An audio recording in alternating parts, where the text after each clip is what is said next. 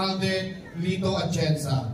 Siya po ay inubog ni Mayor Lito Atienza para sa Buhayin ng Maynila program. Nag-aaral po siya sa De La Salle University sa kursong Political Science Major in Governance. Ang kasalukuyang direktor ng Kababaihan ng Maynila, isang mahusay na artista at mamamahayag, ang pinili ni Yorme na maging katuwang sa muling pagbalik ng Gloria ng Maynila, ang bagong liwanag ng Maynila sa kanyang talino at ganda. Sigurado, mapapangichika, Vice Mayor Chick Atienza!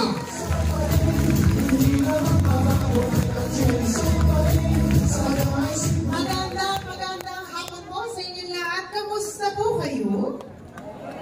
Para lang nanonood ng sine ngayon, tama po ba? Ako po si Chi Atienza, ang bunsong anak ng dating puting Mayor Lito Atienza. Ako rin po ang direktora ng Kababaihan ng Maynila, isang organisasyon na binuo ng aking mga magulang 40 years ago. Nakikita ko ngayon, meron mga members ng Kababaihan ng Maynila na original dito.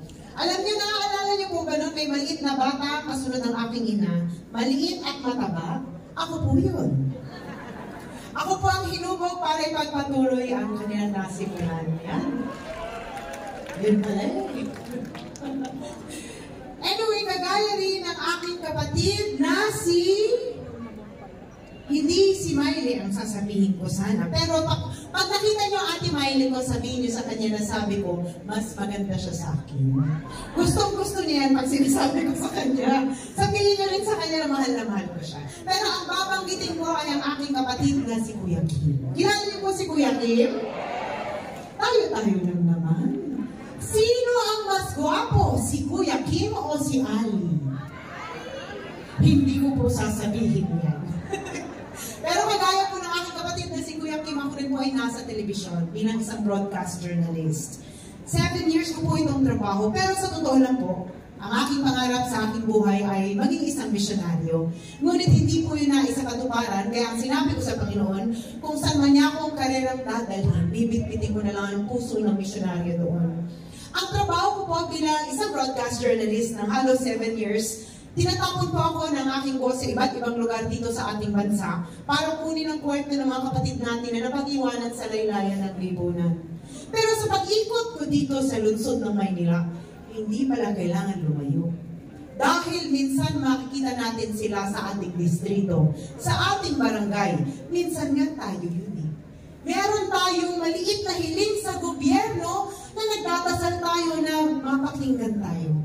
Pero kung meron ako isang bagay na natutunan sa aking trabaho, kahit ano pala ang iiyak natin, kung ang gobyerno hindi marunong makinig, ika nga ni Yorme, nga lang pala tayo lahat. Kaya nung ako'y tinanong ni Yorme kung maaari niya ako maging katabalan, sa totoo lang po, inisip ko, kung pareho ba kami ng puso at pinaglalaman. Dahil bilang isang broadcast journalist, meron po akong mga tinayuang mga advocacy ako. Sila po ang sektor ng ating lipunan na pabayaan. Pero bago yun, alam ko dito sa Distrito 3, ang tawag niyo sa aking ama ay Bulaklaki. Tama po ba ako? Mahilig po kasi ang aking ama sa mga floral polo shirts. Naalala niyo po yun? Alam niyo po, kwento ko lang. Dahil ako po ang bunso sa aming 6 na magkakapatid, alam po ng buong pamilya ko yan. Pag ako ay tumayo sa isang bagay, kahit magkampi-kampihan ang buong pamilya ko, hindi po ako natitinag. Nalaman ko na nung ako'y nagdesisyon na tatakbo bilang vice alcalde ni Yorme, pinagplanuhan po ako nilang lahat. Nalaman ko na ipasusuot po sa akin ang polo shirt ng aking ama. Ang sabi po nila, dahil sinuot daw po yun ni Ali nung siya po ay tumatakbo. At dahil sa nervyos ko, inunahan ko sila. Kinabukasan, meron na po malaking bulaklak ang aking likuran. Hindi na po nila sa akin pinasuot ang polo shirt ng aking ama dahil napagbigyan ko na sila sa kanilang bulaklak. Pero ang hindi nila alam, kaya makulay na bulaklak ang aking pinili dahil naniniwala po ako sa pagiging inklusibo. Di ba sabi ng Panginoon, lahat tayo pantay-pantay sa Kanya? Tama po ba, Nay? Ngunit kung meron ako isang bagay na nakita sa aking trabaho, hindi po patas ang panlaban ng lahat. May napag-iiwanan po. Kaya nung ako po ay naging boses ng ating mga kababayan, pinili ko pong tayuan ang mga sektor na pakiramdam ko dapat mas minamahal pa natin. Ang unang sektor po na yan ay ang mga senior citizens. Taas po ang kamay ng mga senior citizens ngayon. Diyos ko! Lahat pala kayo seniors! Si nanay, akala ko dalaga pa. Si tatay, binata ka. Pero alam nyo, kaya importante sa akin na pinagalaban ng senior citizens ang boses ninyo. Dahil ang para sa akin, unang-una po, hindi niyo kami minahal at inalagaan nung kami bata pa, lahat po kami wala dito ngayon sa harapan ninyo. Ngayon, na kami naman ang malakas, kami naman dapat ang mag-alaga at magmahal sa inyo.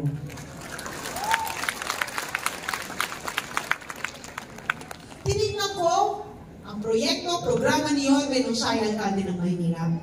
At nakita ko, alagang parlor, ang aking mga lolo at lola nung panahon niya. Spoiled kayo sa administrasyon ni Yorme. Naaalala niyo po ba? Noong siya ay alkalde ng Maynila, kumakatok ang gatas na insure sa inyong mga bahay. Nalaman po namin na wala ng insure at naging stick-o. Naalala niyo po ba? Na nung nag-umpisa siya bilang alkalde, ang malaking cake pagkaarawan niyo ay kumakatok rin sa inyong mga bahay. Kaya ako sinabing malaki dahil nalaman po namin naging cupcake na lang siya.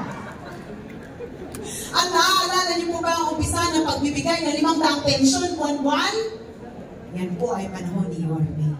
Kaya nung nakita ko yun, sabi ko, Yorme, minahal mo ang mga nanay at tatay, tamang-tama pareho tayong pinaglalaban.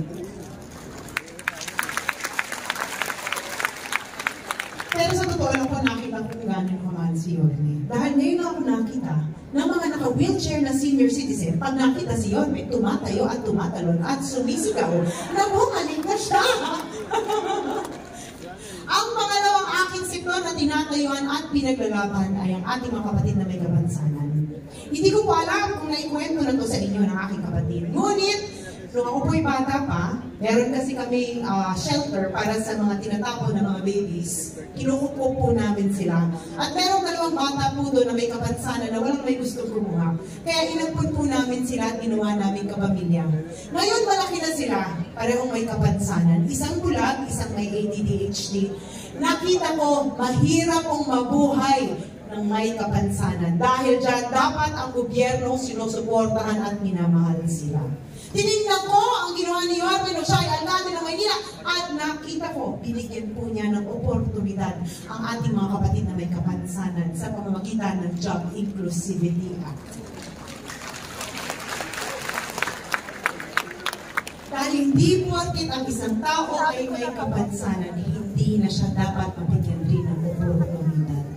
Even mga senior citizens, pwede rin magtrabaho dahil doon sa labas na ginawa niyo noong panahon. Anyway, pangatlong aking tinatayuan, dahil kung si Yorme ay batang Tondo, si G. Atienza ay batang Bukid. Hindi po ako lumaki sa farm. Hindi po ako si Alice Guo. Ako po ay lumaki at pinanganak sa St. Andrews Field. Alam niyo po kung saan yan? Sa San Andres Bukid, Manila. Marami po sa aming mga kasama sa barangay ay mula po sa Muslim community. Dahil doon, pinaglalaban ko po ang ating mga kapatid na Muslim. Kasi ang tingin ko, masarap silang kaibigan, kapamilya. Kaya pinapakita ko ang kagandahan ng kanilang kultura noong panahon na ako ay isang broadcast journalist. Tinignan ko ang ginawa ni Yorme para sa ating mga kapatid na Muslim at nakita ko, mahal din niya ang mga Muslim. Alam niyo po ba, siya ang kauna-unahang alkalde ng Maynila na gumawa ng Islamic Cemetery at Manila Muslim Affairs na tumutulong sa ating mga kapatid na Muslim. Ngunit alam niyo, nalungkot ako. Nalaman po namin kamakailan, sinarado po ang Manila Muslim Affairs. Inisip ko, baka akala nila pag sinarado ang Manila Muslim Affairs, makakalimutan na mga Muslim si Yorme. Tingin niyo ba makakalimutan ng mga Muslim si Yorme? Tingin ko rin, hindi. Kaya pag-upo po namin balang araw, ibabalik po namin ang Manila Muslim Affairs. Pakisabi po yan sa ating mga kapatid guys. At pang-apat at panghuling aking tinayuan, ako ay broadcast journalist, kukwento ko lang. Noong ako po ay nasa kolehiyo, nag-aral po ako sa De La Salle University. Ang kinuha ko pong kurso ay Political Science, major in Governance, 25 years ago. Sinasabi ko lang na 25 years ago ako nag-kolehiyo kasi akala ko nung iba 25 years old na po ako. 43 na po si Gia Tienza. May 3 ng anak at halos 20 taon na po akong may asawa. Hindi na po ako dalaga. Dala na po ako. Mukha lang mo bata. Pero kaya ko lang kinuwento yun. Dahil noong mga panahon na yun, na ako ay nasa kolehiyo, sinabi ng aking ama sa akin, ikaw kailangan magtrabaho na dahil ikaw ang magbabayad ng tuition fee mo. Mayor po siya ng Maynila noon. Buti na lang at na-discover po ako ng ABS-CBN at ginawa po akong artista. Kilala niyo si Heart Evangelista? Kasabayan ko po yun. Si Heart Evangelista sumikat! Si Gia Tienza hindi po sumikat! Pero ang rason kung bakit ako pinadaan doon ng Panginoon ay para maging kaibigan ko ang mga kaibigan ng mga kapatid natin na parte ng LGBTQ+ community. Alam niyo, nakita ko, hindi po patas ang laban para sa kanila. Meron pa rin po diskriminasyon pagdating sa oportunidad. Kaya nga ako po ay naging boses ng ating mga kapatid. Tinaas ko rin ang kanilang boses at pinarinig ko ang kanilang mga hinaing. Tinignan ko si Yorme at nakita ko mahal din niya ang mga LGBTQ+. In fact, may grupo nga po siyang Pekshis of Manila. Kaya nung sinabi ko, pareho tayong pinaglalaman, pareho tayo ng mahal. Sabi ko, nahanap ko na yata ang soulmate ko sa public service. Dahil doon, binigay ko po ang aking matamis na oo. Sabi ko, teka, bababa ako kasi mahihain po ako eh, yung nasa entablado. Mas gusto ko katabi kayo. Kaya nung panahon na sinabi ko papayag akong maging kanyang katambal, nagtanong ako. Sabi ko, ang dami-dami pwede mong piniling vice alkalde. Ang dami pong nag-a-apply. Type mo ba maging vice alkalde ni Yorme? Type na type ko yan. Ngayon kasi si tatay, gusto mo yung vice alkalde ni Yorme. Nagbumotor ako sa Hermosa, Manugit. Madaling araw, pinatawag ako sa mga kasama niyan. Kaya tayo, kain tayo. O, tingnan nyo. Ba't kayo katay? Tingnan mo naman, kaya ako iniisip, binata pa sila tatay ko. May hearings pa si tatay. O, bakit namatay? Pero alam nyo, ang sagot po niya sa akin, kilala kita bata ka pa lang. Nakapagtapos ka ng Political Science, major in Governance. Maaari ka pumasok sa mundo ng politika, ngunit sa halip, pinaglaban mo ang boses ng ating mga kapatid. Totoo po yun. Dahil ako po ay nag-graduate at inaral ko po ang Political Science, major in Governance. Ginamit ko po ang aking boses bilang bunsong anak ng alkalde ng Maynila para ipaglaban ang mga kabataan nung ako'y bata pa. At nung ako ay naging ina, pinaglaban ko po ang mga boses ng ating mga ina dito. At nung ako ay naging broadcast journalist, ako po ay nakipaglaban para sa boses ng ating mga kapatid na napag-iwanan sa laylayan ng lipunan. Kayang-kaya ko naman pumasok dati pa sa mundo ng politika. Ngunit dahil nasa puso ko gusto kong maging misyonaryo, tumulong po ako diretso sa tao at sinuportahan ang aking ama. At dahil doon sabi niya, yan ang rason kung bakit ikaw ang napili kong katambal. At dahil ako rin po ang direktora ng kababaihan ng Maynila, pinaglalaban ko po ng ating mga kapatid na niluluto ang kanilang mga katawan sa ilalim ng init ng araw at ng ulan para lang matustusan ang pangangailangan ng kanyang mga pamilya. Dapat sila ay minamahal, inaalagaan at kahit kailanman hindi sila dapat sinasaktan. Ang ating mga kapatid na nawala na ng pag-asa, dapat sinusuportahan ng livelihood. Dahil alam ko, pag sila ay matutong tumayo muli sa kanilang mga paa, babalik ang dignidad ng bawat Manilenyo.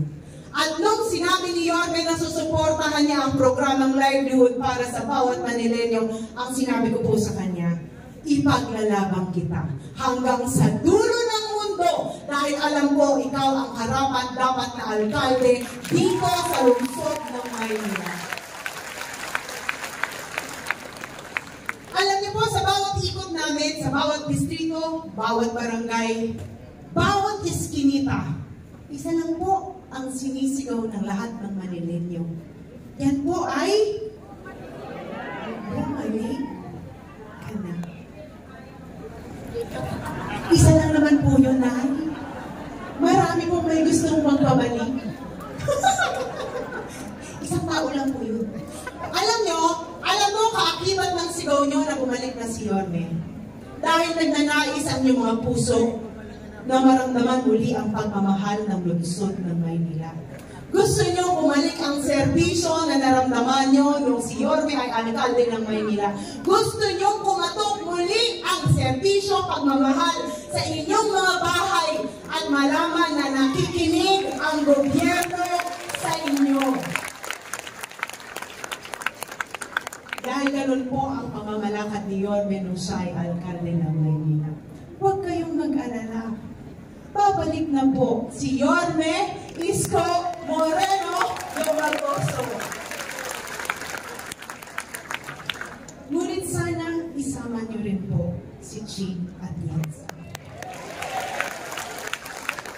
Alam niyo, ang trabaho po ng vice alkalde ay maging presiding officer, maging ina ng konseho, gumawa ng mga batas na dapat makatulong sa inyo.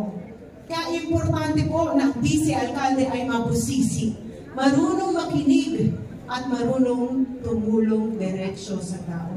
Nung narinig nyo kanina ang aking mga pinagalaban, nung wala pa po akong kapangyarihan o posisyon, dahil alam nyo na rin po balang araw kung ano po ang ilalaban ng City Council. At yan ang boses ng mga Manilenyo na ngayon ay umiiyak dahil hindi po sila napakikinggan at hindi nila nararamdaman ng kalinga, mainit na kalinga mula sa gobyerno ng Maynila. Kaya isang pakiusap ko po sa inyo, kung tutulungan niyo po kami ni Yorme, sana tulungan niyo rin po ang aming mga konsehal sa aking likuran. Dahil kailangan po kumpleto kami para magawa namin ang mga programa na gusto niyo. At dahil kailangan rin namin ang tulong mula sa national government, sana tulungan niyo rin ang aming congresswoman, Congresswoman Apple.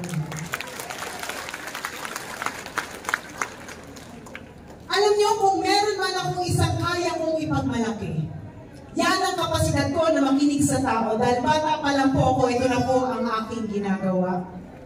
Kung ipagsasama niyo kami ni Yorme at Chi at Lianza, meron na kayong puso, meron pa kayong mga kamay na mabilis kikilos para masolusyonan ang inyong mga pangangailangan at problema sa inyong barangay. Kayo dito, sabi niyo, senior citizens kayo, kahit ang tingin ko, mga dalaga at pinaka. Teenagers? Gustong-gusto ng tatay ko pag tinatawag ko siyang teenager. Alam ko rin bakit gusto niyo bumalik si Yorme. Dahil alam ko naramdaman niyo ang iba't ibang kalinga ng iba't ibang administrasyon. At alam ko na gustuhan niyo ang nakita niyo noong panahon na si Isko ay isang alkalde ng Maynila. At huwag kayong mag-aalala dahil kayo ang prioridad ng administrasyon namin ni Yorme Isko Moreno Lomargoso balang araw. Kayo ang makikinabang at kasama namin yung mga anak, apo at susunod na henerasyon.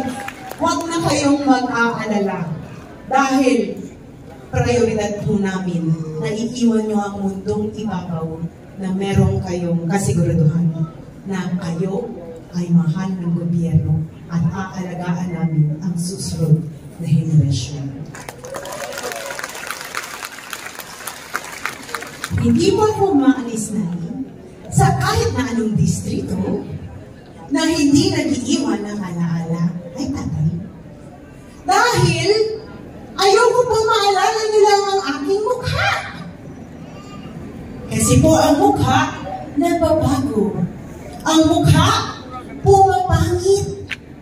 Ang mukha tumatanda. Ngunit ang puso, hindi po yan nagbabago. Kaya pwede ko po bang ipauwi sa inyo ang aking puso ngayong hapon?